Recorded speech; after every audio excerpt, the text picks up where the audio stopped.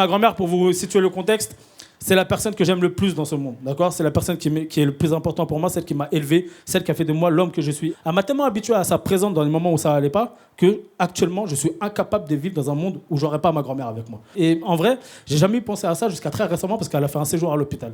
Je vais la voir, je m'assois avec elle, et au bout d'un moment, on parle. En fait, elle était à l'hôpital parce qu'elle a fait un œdème pulmonaire. L'œdème pulmonaire, c'est quand tes poumons se remplissent d'eau et que tu as du mal à respirer. Donc je m'assois avec elle dans sa chambre, je commence à parler, et là, au bout d'un moment, il y a 3 infirmières qui rentrent dans la salle. Les 3, c'était des canons, les 3. Et moi, j'ai vu des films. Je me suis dit, 3 infirmières comme ça, à tout moment, ça part en couille, cette histoire, d'accord, ok? Il commence à aller voir ma grand-mère, il commence à la masser, tu vas s'occuper d'elle. Et moi, je me dis, putain, elle est là parce qu'elle a de l'eau dans les poumons. Et je lui dis, mémé, s'il te plaît, si moi, je bois beaucoup d'eau, mais vraiment beaucoup d'eau, il y a moyen, je prends le lit à côté, là, ou c'est comment, mec? C'est fou. Et je commence à parler avec ma grand-mère, et il faut savoir, avec ma grand-mère, c'est que j'arrive à discuter avec elle qu'avec des regards. Vraiment, tu vois, on se connaît tellement bien. Et là, je regarde ma grand-mère, je regarde les infirmières, je re-regarde ma grand-mère, et je lui dis, s'il te plaît, mémé, mets-moi bien. Et elle me lance le regard, t'inquiète, j'ai capté. Et elle commence à me présenter. Elle me dit, oh voilà les filles, c'est mon petit-fils, il a 26 ans, il fait du stand-up et tout. Et il n'y a pas longtemps, je suis parti le voir sur scène. Et c'était pas terrible. Et j'ai dit, mémé, faut qu'on passe nos regards, toi et moi, d'accord? Je suis parti en Corse il n'y a pas longtemps pendant les vacances. J'y suis allé comme animateur en colonie. J'ai été payé pour aller là-bas.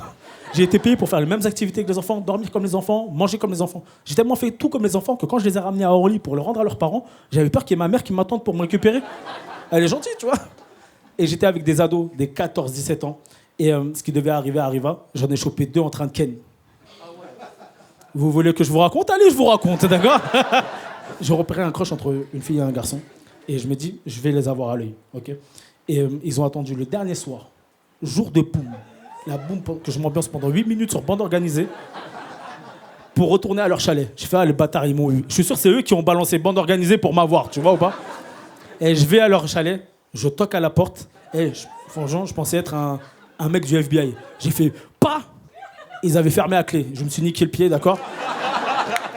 Et du coup, j'ai toqué, et ils ont dit, ouais, d'accord, on arrive.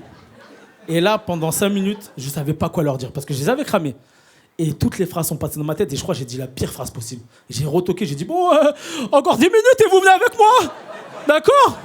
Et ils sont sortis, et j'ai dû faire de la prévention sur le sexe. Et moi, on m'en a pas fait, je savais pas comment gérer ça, tu vois.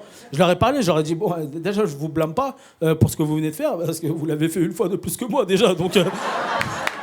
tu vois? À tout moment, c'était le petit, il pouvait dégainer une clope et faire... Écoute, c'est moi qui vais t'expliquer comment ça s'est passé, d'accord?